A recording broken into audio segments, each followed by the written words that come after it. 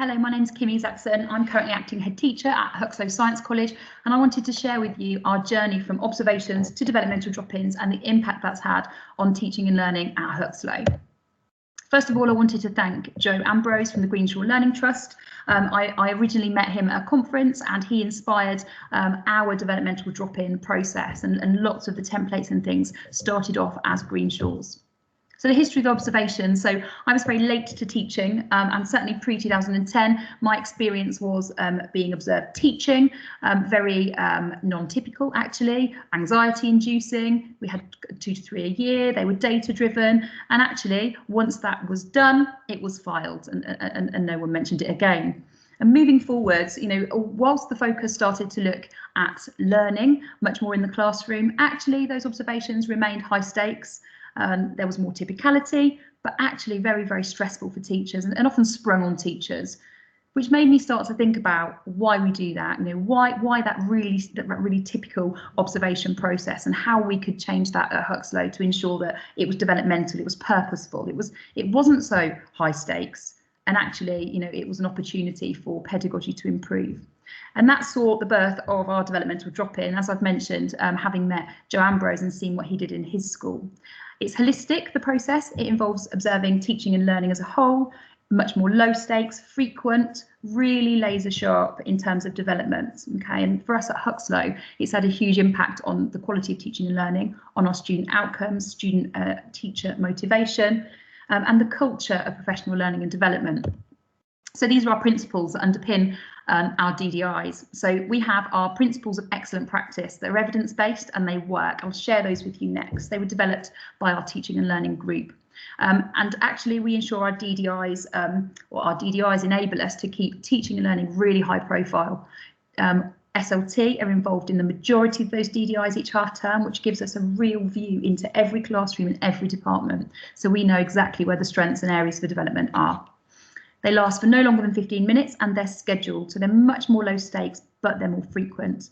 Lessons are visited in pairs, normally the head of department and SLT, but in some cycles we identify that it's a learning tool for another member of the department to join that head of department. We give feedback within 48 hours, and really importantly, teachers are set only one actionable target, and it's really laser sharp, that target. I'll share more about that in just a moment. And this process allows us to ensure that feedback given to that teacher translates into practice. Originally, we did our DDIs every 2 to 3 weeks, and it didn't give enough time for that support and for that development before the next one. So we actually have them pretty much one every half term. Okay, and they're scheduled on our whole school monitoring and evaluation document, which is here. This is an old version, but I just wanted you to see how it triangulates with all the other QA data that we might collate. So often our DDI cycles have a link to our whole school priorities. So for example, last year we focused on adjustments, so strategies for SEND and disadvantaged, as well as stretch and challenge. So adjusting that curriculum and ensuring that delivery is pitched high and is adjusted to support and stretch. And this year, during lockdown, particularly remote learning, we've been focusing on making it stick, or knowledge acquisition, and that's worked really well, enabling us to continue with our teacher CPD throughout lockdown. Our teaching and learning team have spent quite a lot of time exploring our school priorities, exploring best practice and current evidence-based strategies for effective teaching and learning. And with the document that originally came from Greenshaw, I came up with these 6 areas which underpin our principles of excellent practice. This is them in a little bit more detail. So under each of those 6 principles, there are some subheadings, and they enable us to go back to basics. The principles all fit with our vision around real quality teaching and learning, and they're used by SLT and heads of department to identify strengths and areas for development during DDIs. When we launched this to the rest of the teachers, it was really important, having done some work on Rosenshine's principles, we mapped the principles to our principles of excellent practice, and there was a huge degree of marrying up, which worked beautifully. And the box at the bottom is just an extract from our principles of excellent practice, and part of our launch and education of the rest of the teaching body was to get them to do an audit. That helped us identify where our strengths were as a school and within departments, and where that CPD was needed at a department and a whole school level. This is how they work. So really quickly, 2 leaders drop in to a scheduled lesson for 15 minutes. They leave and discuss those strengths and areas for development, which are always talked about in relation to pupil learning. Leaders are set actionable targets, and then within 48 hours, that is fed back face to face to the teacher, and the previous actionable step is discussed as part of that process too. It's a real collaborative coaching exercise. Our feedback form is simple: a strength, an action, an actionable step, and support and guidance identified at the bottom. Our monitoring. So this document would be for every member of staff in the whole school. It's really simple, and it just enables us to collate all the information from the simple feedback form.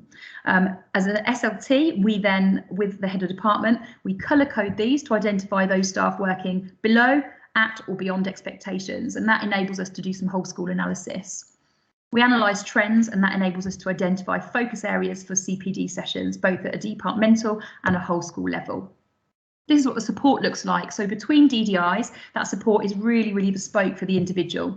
And there's some examples of things we've used. So there's always the coaching conversations, departmental themes being addressed, signposting to colleagues for support, and obviously there are the positives are identified within every lesson, and they are visible to teachers, so they are able to self-signpost, if you like.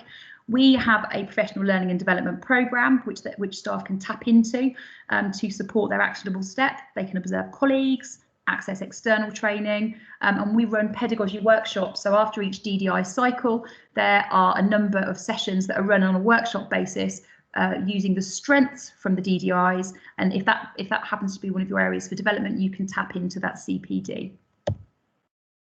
We have lots of strategies and a growing range of strategies for sharing good practice. So pedagogy and pastries has been possible. Pedagogy and pastries has been really popular. Weekly informal breakfast meeting. I've just mentioned our pedagogy workshops. And there is obviously access, as I've said, to the DDI data, so that any strengths, if you had questioning as an area for development or specific question types, you would be able to go and identify where in the school that expertise was. Last slide. So the impact. What has been the real benefits for us at Huxlow? So a huge percentage of staff have consistently acted on support from those coaching conversations, and when we go and revisit them in their DDIs, there is evidence of impact since the previous DDI. Feedback from staff has been incredibly positive. Those working beyond expectations has increased by 40% over a year. Actually, staff who are very new or who might need additional support as a later stage teacher have found that this has been a really beneficial programme in order to break down that development into more manageable chunks. Student voice and obviously internal data suggests improved outcomes, and hopefully one day we'll have some GCSE results to back this up soon. Just a couple of comments there from teachers that demonstrate that it's a much more positive and a highly developmental process that staff are really keen and on board with. These are our next steps. So we'd like to develop a more incremental coaching model within school and train our staff in order to really pinpoint and maximise the impact of those conversations post DDIs. My contact details are below if anybody would like to get in touch to discuss further. Thank you for listening.